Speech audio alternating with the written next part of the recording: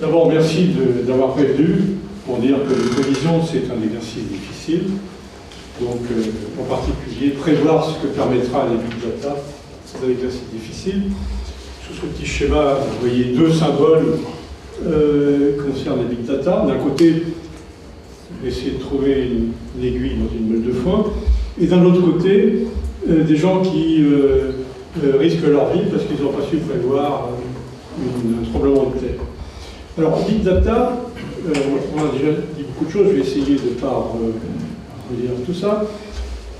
J'ai un petit souvenir, disons qui date du début des années 60. J'avais été faire une initiation chez IBM, place Vendôme, de calcul scientifique. Et puis il y avait un monsieur, un IBMiste, disons, costume de 3 pièces, comme ça se faisait à l'époque. Il nous avait expliqué les beautés des big data. Enfin, pardon, du small data à l'époque, à savoir qu'il y avait une acierie où ils avaient constaté que tous les jours il y avait une coulée en fin d'après-midi qui était de mauvaise qualité. Et ils ont essayé de faire tourner les différentes sources d'informations dont ils disposaient à l'époque. Ils ont découvert qu'il y avait une coïncidence entre l'horaire de la coulée et la fin de service d'une femme de ménage. Donc ils avaient croisé sans doute quelques fichiers. C'était pas vraiment du big data, vous pouvez imaginer pour l'époque, mais c'était déjà dans l'esprit. C'est-à-dire qu'ils ont farfouillé dans leurs données et ils ont essayé de trouver quelque chose. Alors, quand on dit prévision, je dirais que, surtout ceux qui ont une formation, disons, un peu scientifique, pensent toujours au nirvana, c'est-à-dire prévision de la physique, la découverte de Neptune, ou la prédiction, je mélange un peu les deux, la prédiction de l'existence du boson de Higgs. Et puis, à l'autre extrémité, il y a des gens qui font des prédictions, disons, qui se rapprochent de l'escroquerie, comme Nostradamus ou l'oracle de Delphes. Et puis, il y a toute une gradation, et en particulier, il y a ce que j'ai mis un petit peu au milieu, c'est-à-dire des domaines où déjà on fait des prévisions. Alors la question, c'est est-ce que les big data vont contribuer ou non à améliorer ces prévisions? Et bien entendu, est-ce que les big data vont permettre de faire des prédictions ou des prévisions dans d'autres domaines? Alors, un premier petit tableau qui essaye, disons, on y reviendra, de montrer par rapport à la classification que je viens de voir, comment les big data, dans quel domaine les big data vont contribuer à permettre ou améliorer les prévisions. Alors, j'ai déjà fait 4 colonnes. Des domaines théoriques, des domaines où on va plutôt faire de la fouille de données, des domaines où... et puis, il y a les autres domaines des prédictions qui sont plutôt liés à la vision ou au créneau. Alors, ce qu'il faut voir, c'est que l'idée qui est derrière, c'est que les big data vont, dans un certain nombre de cas, enrichir les domaines de prévision existantes. Avec quand même une remarque importante, je n'ai pas encore prononcé le mot de système complexe, et si je ne le fais pas, je vais le faire sortir par, disons, mes amis du groupe Émergence et Complexité. Il y a une certaine contradiction entre système complexe et prévision, parce qu'un système complexe, disons, risque par essence de ne pas être facilement prédictible. Néanmoins, on va voir que les big data peuvent contribuer à améliorer ces prévisions. Alors, quand même, deux mots sur les big data. Bon, d'abord, tous ceux qui ont lu la presse savent que les big data, il y a trois grandes caractéristiques. La plus importante et la plus facile à comprendre, c'est le volume. C'est aussi la variété des informations. et puis éventuellement c'est la vitesse. Autre idée, c'est que finalement, la big data va permettre de révéler ou d'exploiter la face immergée de l'iceberg. C'est-à-dire qu'aujourd'hui, encore, on exploite surtout des données qu'on a volontairement rassemblées et constituées. Mais il y a un gisement absolument colossal de données que, disons, que l'on peut potentiellement exploiter. Deuxième idée, c'est que, bon, les big data, c'est dans la continuité de processus qui existaient déjà, data mining, etc. Mais ce qu'il faut voir, c'est que ça c'est une prédiction, une prévision, mais qui semble être corroborée par tout ce qui se raconte, c'est que je dirais qu'il y a déjà des domaines où on exploite d'une certaine manière des big data. J'ai pris 3 exemples, les fameuses fadettes, ou des relevés EDF, ou des feuilles de soins. Et là, on est plutôt dans l'échelle des 10 puissance 12. Toutes les prévisions laissent penser que dans les 10 ou 15 ans qui viennent, il va y avoir encore 1 ou 2 ordres de grandeur, sinon plus, qui vont apparaître, avec en particulier tout ce qui est objet connecté. Et ça va encore tout à fait considérablement changer l'ordre de grandeur des données potentiellement disponibles. Alors justement, un des aspects très très importants, me semble-t-il, c'est la variété de l'origine des différentes données dont on va pouvoir disposer. Donc, il y a les précurseurs. Bon, les fameuses fadettes, CDR, c'est Call Data Record, c'est-à-dire savoir que chaque communication, fixe et surtout mobile maintenant, donne lieu à un enregistrement où il y a les numéros du demandeur, du demandé, l'horaire et la cellule. Donc, bon, il y a depuis très longtemps, par exemple, les systèmes complexes, disons, de l'IT, eh bien, on avait déjà des données qu'on pouvait exploiter, par exemple, pour les réseaux, les fameux SNMP, qui permettaient de faire des bases de données et de les exploiter dans les systèmes d'entreprise. Et un exemple un peu particulier, mais qui a déjà été des big data, c'est les enregistrements, enfin les photos des millions ou des milliards de collisions du LHC du CERN.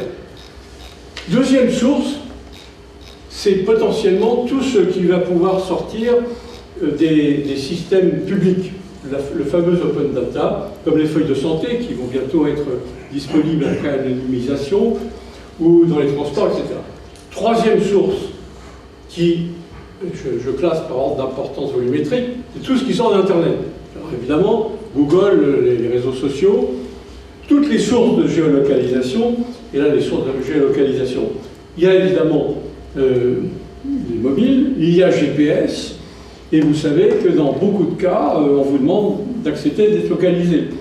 Et je vous signale que si vous ne voulez pas être localisé, la première des choses qu'il faut faire avec votre téléphone, vous le prenez, faites un classement vertical, puisque par définition, un téléphone mobile ne fonctionne que s'il est enregistré dans le fameux HLR, c'est-à-dire le serveur de localisation.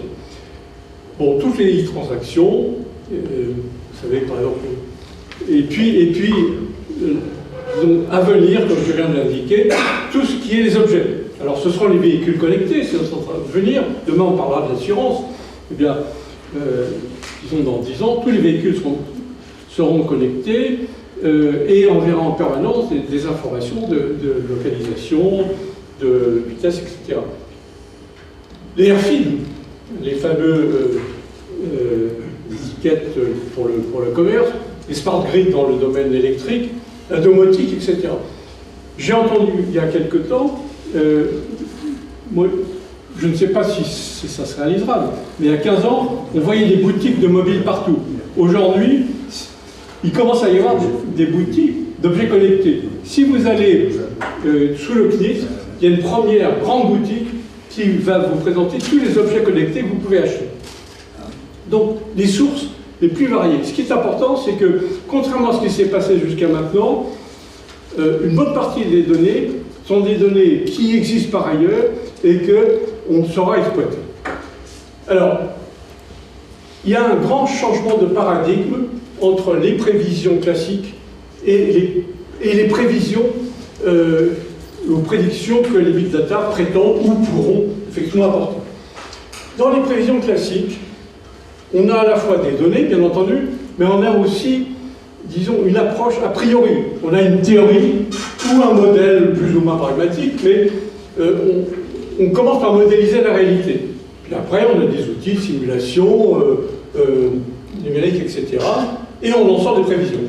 Alors, les exemples les plus emblématiques, c'est en météo, en économie, ou les sondages électoraux, ou la sismique.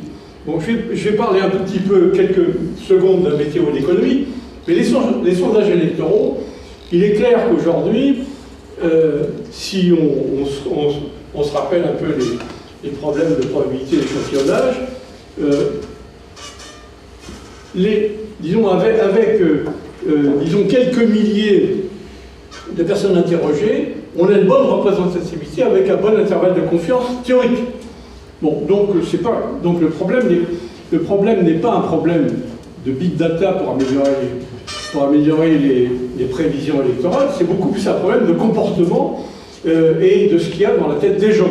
Bon, la sismique et la volcanologie, c'est pareil. Donc, disons d'une manière, dans cette démarche, les limites, disons, qu'on observe sur les prévisions, bon, effectivement, il y a souvent un problème de données. Mais il y a également un problème de modèle approximatif. Et puis, il y a un autre aspect qui est important, c'est que dans un certain nombre de domaines, on a affaire à des phénomènes complexes et qu'il y a des plafonds de verre qui font que, quels que soient les outils dont on dispose et les données dont on dispose, on ne pourra pas dépasser une certaine limite. Alors, il y a l'effet chaos, au sens théorique du terme. Il y a les facteurs humains. Alors, P, vous pouvez mettre ce que vous voulez devant. Bon, je regarde, oui, je peux le dire. P, on peut dire, par exemple, le putain de facteur humain, c'est-à-dire, ça fait partie, disons, des impondérables. Alors, peut-être que les big data, en allant sonder les cœurs, les réactions, etc., permettront de dépasser ce plafond de verre, mais c'est à voir. Et puis il y a le hasard sauvage, c'est-à-dire, par exemple, si vous prenez la vulcanologie ou la sismique, par exemple, à San Francisco, on sait que tous les jours qui passent nous approchent du Big One, mais on n'a pas tellement plus d'éléments pour savoir quand ça va arriver. Bon, bien entendu, on pourra augmenter le nombre de capteurs, etc., mais disons que ce n'est pas un problème de Big Data. Alors, si on regarde par exemple la météo, c'est l'exemple emblématique de la bonne prévision. Il y a des modèles, disons, de physique, il y a de la numérisation très chiadée, il y a des puissances de calcul qui doublent tous les 3 ans, et on a également une augmentation quand même des données. Le nombre de cellules, etc. Mais, on sait que l'effet chaotique fait qu'on ne pourra pas dépasser. Bon, en matière économique, c'est pareil, mais je vais, comme il faut quand même que je vous parle des aspects positifs, ce qu'on sait en matière d'économie, c'est que malgré les modélisations, on a aussi les incertitudes dues en particulier, disons, aux problèmes de politique ou humains qui font qu'on ne progresse pas. Alors là, disons, l'approche Big Data est assez différente et assez déconcertante pour, je dirais en particulier pour la démarche habituellement scientifique telle qu'on la connaît. C'est-à-dire qu'on dispose de données, on ne sait pas nécessairement ce qu'on cherche. Il faut déjà faire l'acquisition de ces données, bon, et puis après il faut faire ce qu'on appelle de l'extraction adaptative. Moi je dis ça parce que vous savez qu'un des buzzwords des big données, c'est machine learning. Bon. Donc je dis extraction adaptative apprenante. Et à partir de là, bon, on fait soit des corrélations, soit de la modélisation interactive, c'est-à-dire qu'on essaye par des algorithmes divers et variés de voir s'il y a des algorithmes qui marchent. Alors, ça a été dit, et je ne vais pas m'éparpiller là-dessus, mais il est clair que pour faire tout ça, il y a tout un savoir-faire qui est à la fois de la bonne vieille statistique, il y a, disons, de l'algorithmique, il y a des démarches qui s'apparentent à l'intelligence artificielle, et aujourd'hui, il commence à y avoir dans un certain nombre d'établissements. Moi, j'ai pris celui-là parce que ça m'arrive de me propager dans les couloirs de Paris Tech. Voilà, un master qui dure 2 ans pour des ingénieurs qui ont donc à la fois une bonne formation mathématique, statistique et informatique, de ce qu'il faut savoir pour être ce qu'on appelle un data scientist. Si on regarde maintenant les applications qu'on est dans le domaine des prévisions, qu'on est en train d'attendre des big data, eh bien, j'ai fait 3 colonnes. La plus évidente, c'est celle du milieu, la fouille. Bon, exemple typique, c'est le boson de Higgs. Hein, on l'a découvert parce qu'on a finalement eu les outils et la puissance de calcul permettant, disons, dans des milliards de collisions, d'observer celles qu'on cherchait. Bon. Il y a, par exemple, aussi quelque chose qui existait déjà depuis 15 ans, ce qu'on appelle le churn, d'ailleurs avec des applications similaires pour la téléphonie ou pour la banque. Et puis, il y a tout ce qui est, disons, plutôt prévision et prédiction, et puis ce qui est pilotage en temps réel. Parce que dans beaucoup de cas, on veut pouvoir intégrer, je vais prendre 2 exemples, le pilotage du trafic, ou un exemple qui n'est pas encore vraiment, malheureusement, dans la réalité, c'est les applications de grid network pour les pourvoyeurs d'électricité, qui vont vouloir, en fonction d'un certain nombre d'éléments internes et externes, piloter la consommation d'électricité. Pour quelques exemples emblématiques, et je vous assure que ce slide a été fait avant les annonces de ce matin, hein, sur J'atteste. L'espionnage de nos chers présidents de la République. Quelques succès, disons, bon, le boson de Higgs, on en a parlé, 2 annonces récentes, mais qui sont dans la réalité.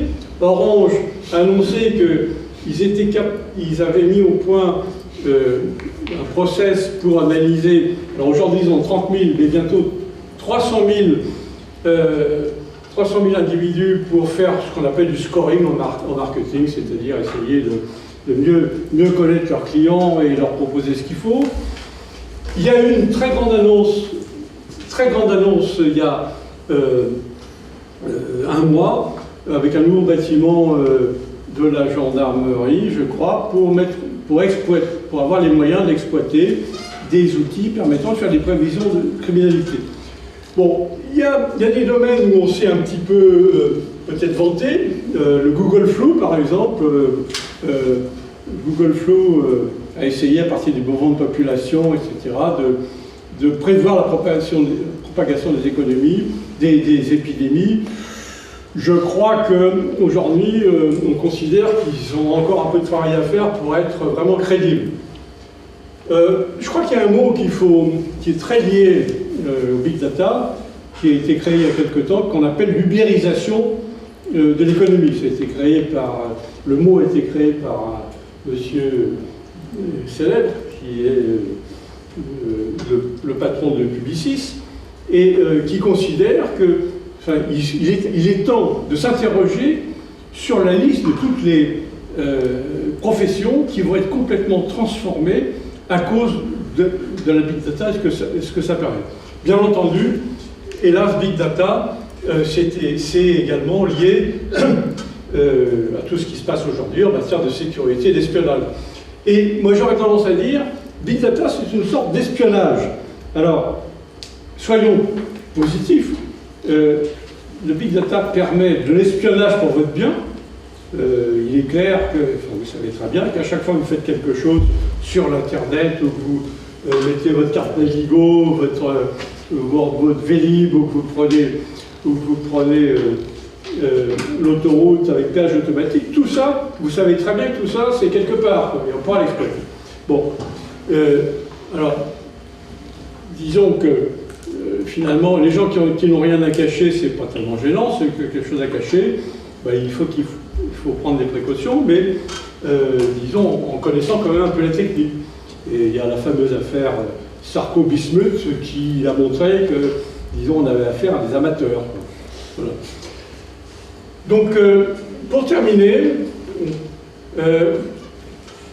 ce petit dessin pour vous montrer que finalement, le big data, eh bien, tout le monde est concerné. Et le big data, en particulier, à partir d'informations diverses et variées, en les recoupant, peut vous permettre de prévoir ou prédire ce que chaque information partielle ne permet pas. Donc, en résumé, il est extrêmement difficile de décompter ce qui va vraiment bouleverser ou pas notre vie. On sait qu'il y a beaucoup de choses qui vont changer, mais moi, ma prédiction, c'est que c'est encore vraiment la face émergée de l'iceberg par rapport à tout ce qui va se passer, avec en particulier, dans les 10 ans qui viennent, l'explosion des objets. Voilà, merci.